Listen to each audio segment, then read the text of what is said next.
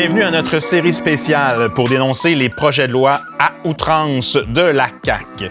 Pour ce premier épisode de notre balado, on s'attaque au PL 89 ou loi visant à considérer davantage les besoins de la population en cas de grève ou de lockout. En fait, ce qu'il faut savoir, c'est que le droit à la grève est déjà extrêmement limité au Québec.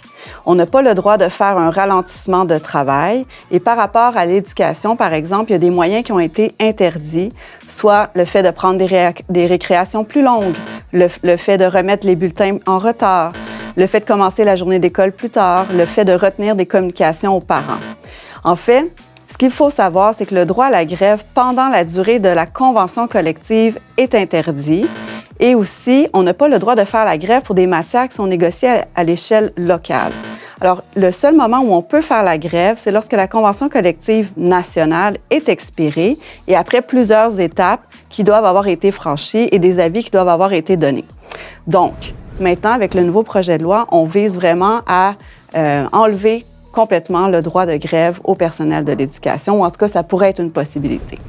Ben, c'est énorme, là. C'est énorme, ce projet de loi-là.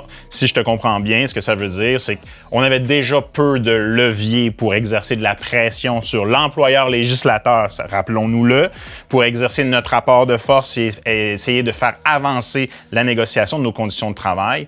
On assiste clairement à un déséquilibre complet là, dans les rapports de force. Ça, c'est pas rien.